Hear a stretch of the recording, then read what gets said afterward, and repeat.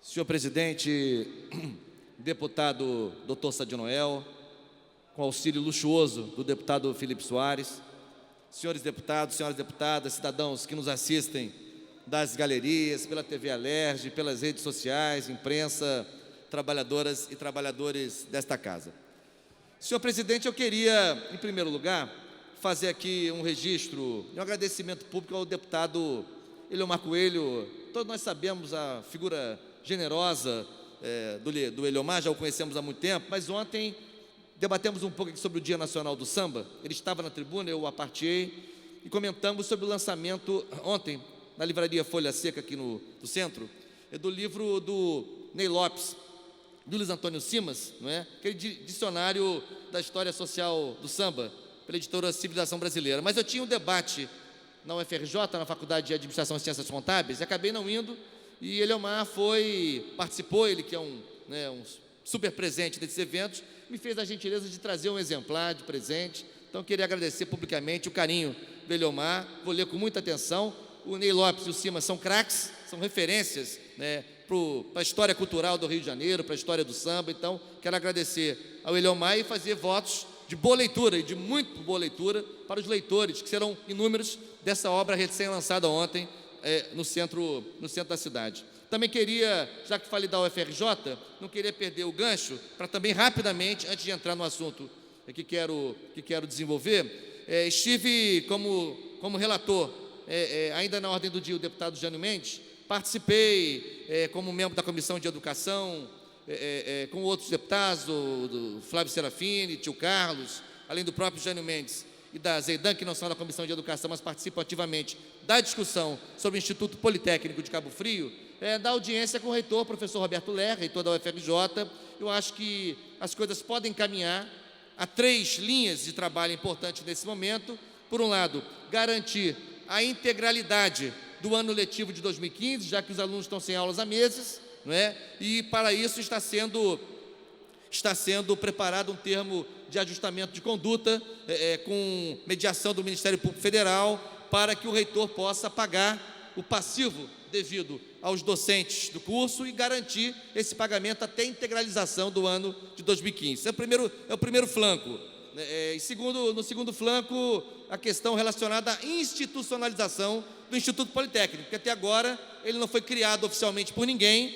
Na UFRJ ele existe há cerca de 6 ou 7 anos, mas não houve nenhum ato formal de criação desse instituto. Então ele funciona do ponto de vista pedagógico, filosófico, epistemológico muito bem, é um lindo projeto, mas funciona na informalidade, por assim dizer. Então é muito importante garantir a sua institucionalização, e para nesse flanco é muito importante a presença do Instituto Federal Fluminense, do IFE, com sede em Campos. O querido reitor, professor Luiz Augusto Caldas, está se colocando à disposição, e na semana que vem haverá uma decisiva reunião no Ministério da Educação, porque aí o MEC, veja aqui presente nesse plenário, presidente Dr. Sadi Noel, o ex-deputado Godofredo Pinto, deputado de 13 mandatos nessa casa, depois prefeito de Niterói. Uma saudação a esse brilhante deputado que o Estado do Rio de Janeiro teve, aliás, deputado constituinte do Estado.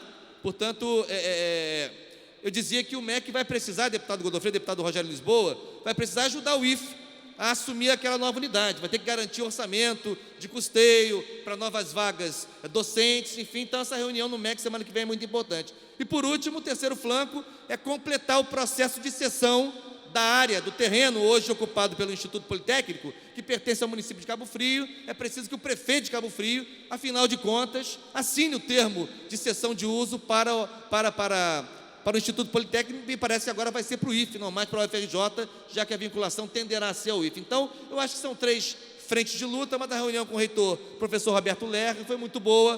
Roberto é um cara de diálogo, de conversa, de debate. Então, hoje foi uma reunião de muito alto nível, na minha opinião. Mas, senhor presidente, feitas essas rápidas notas e observações, eu queria, aí sim, me dedicar ao tema principal que quero desenvolver. E vou fazer isso tirando proveito da intervenção que Vossa Excelência fez, da intervenção que fez o deputado Anderson Nogueira, que fez a deputada enfermeira Rejane, que me antecedeu aqui no uso da tribuna, sobre a questão política e institucional que está colocada para a sociedade brasileira em nosso país.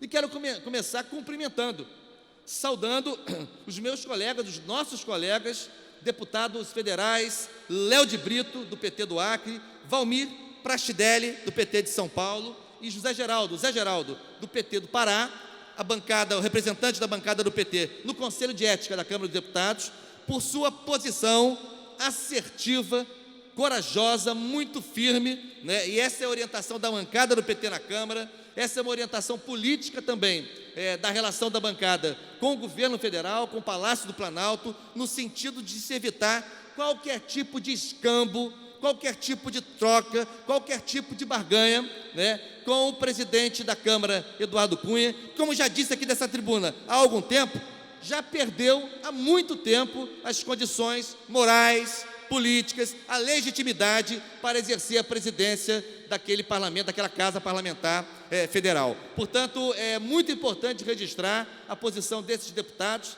Claro, a pressão é muito grande sobre todo mundo, é um tema delicado, é um tema difícil, mas os nossos deputados honram os seus mandatos, honram o Estado de São Paulo, o Estado do Pará, o Estado do Acre com suas posições. Isso revela, em primeiro lugar, a falta absoluta de necessidade, a absoluta, inconveniência de se fazer qualquer tipo de pactuação por baixo dos panos, pactuação pelas costas do povo brasileiro em relação a esse presidente desqualificado e desclassificado que ainda perdura na Câmara dos Deputados. Então, primeiro elemento de reflexão que quero fazer. Segunda coisa, e aí não é de se esperar diferente, e veja aqui, deputado Conde Bittencourt que volta ao plenário, veja a chapa eleita em Niterói em 2004, o ex-deputado Godofredo, prefeito, o atual deputado Conde Bittencourt, então vice-prefeito, fizemos juntos a mesma campanha, portanto é um prazer vê-los juntos aqui no plenário. Queria, deputado doutor Sadi Noel, dizer que não se esperava nada diferente do deputado Eduardo Cunha do que essa vendetta.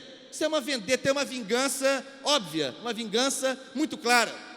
Ninguém na sociedade brasileira, professor, camelô, marceneiro, motorista, taxista, enfim, quem quer que seja, ninguém deixou de perceber que é um ato absolutamente figadal, covarde, vingativo, né, que tenta agora o presidente da Câmara numa situação que está numa situação desesperadora, que agoniza na presidência da Câmara dos Deputados. Portanto, e acho que isso vai sair pela culatra. Eu tenho aqui, não serei exaustivo, eu coletei alguns depoimentos.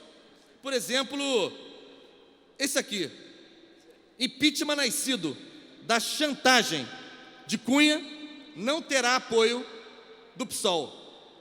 A citação é da ex-deputada Luciana Genro, presidenta do PSOL.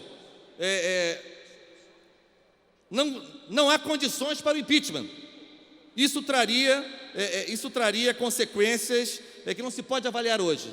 Quem afirma é o ex-presidente do STF, ex-ministro Joaquim Barbosa. Trago uma outra citação. Não aceitaremos que um chefe de quadrilha processado na justiça por corrupção leve o país à ruptura democrática. Não aceitaremos o golpe. Quem se pronuncia? O ex-ministro Ciro Gomes. E outra citação, um pouco mais longa.